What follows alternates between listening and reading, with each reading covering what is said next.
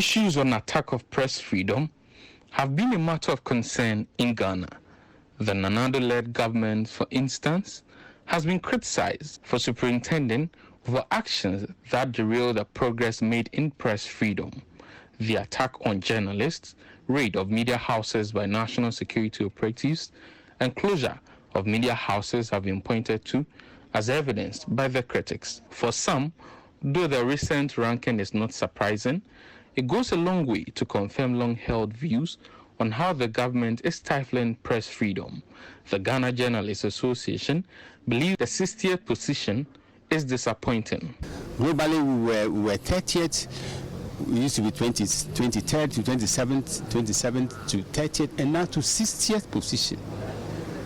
It's incredible. So as we speak, we are finding it difficult to reconcile ourselves to the reports of Journalists Without Borders. While the government is yet to respond to these findings, officials of the government have in time past denied the allegations. The information minister, for instance, in 2019, argued that a host of incidents are lumped together as attacks on journalists. We must also be careful how we then begin to create this impression that media freedoms are under attack in Ghana.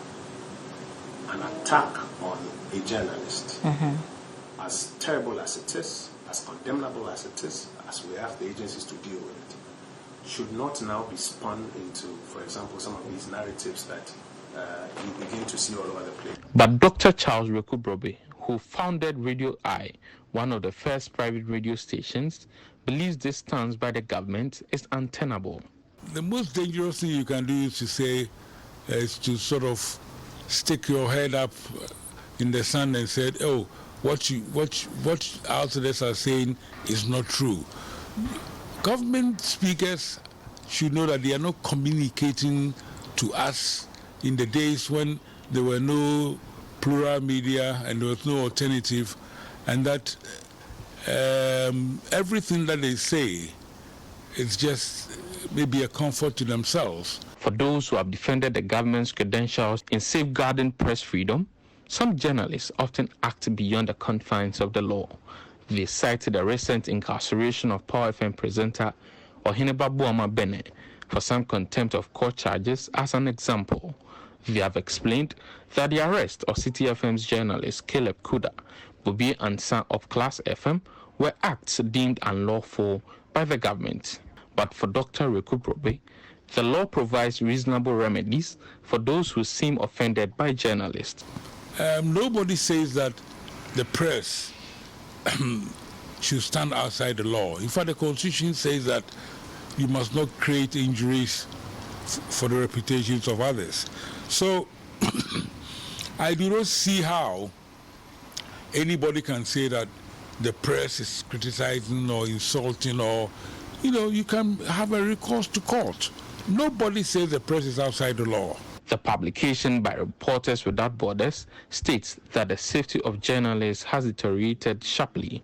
It points to death threats against investigative journalists and claims this has put fear in journalists. Dr. Rekubrobe says such actions have led to self-censorship on the part of journalists. The reality is that a state of fear has been created, which had made a lot of journalists get into a self-censoring mode.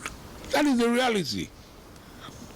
A journalist admit that a lot of them self-censor rather than go out there and do what is necessary.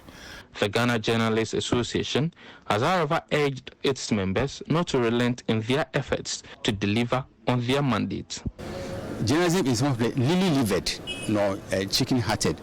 Journalism is for the courageous individuals who are out, who are desirous, who are unafraid and unintimidated to make a difference in society by exposing dark spots, by holding to account people in positions of power and authority. Critics of the current state of press freedom have blamed the president, a point Dr. Rekubrobe ascribes to. all the people who abuse the law in terms of the media are under the President of Ghana. The National Security Service, the police, army, all those agencies are under the President of Ghana. And it is the direction and the stewardship and the command that the incumbent president gives that people will respond. For him, it is ironical how state interference in the affairs of the media continues to increase as the Fourth Republic ages. This is one of my biggest ironies, because the First Republic, the first government of the Fourth Republic, which actually didn't have an official opposition, and was led by a military dictator, in my estimation, it's actually been the most tolerant government of the Fourth Republic. And it's a very, very strange irony that a government that was born out of a reluctant military dictator and which didn't have an official opposition turns out to be the most democratic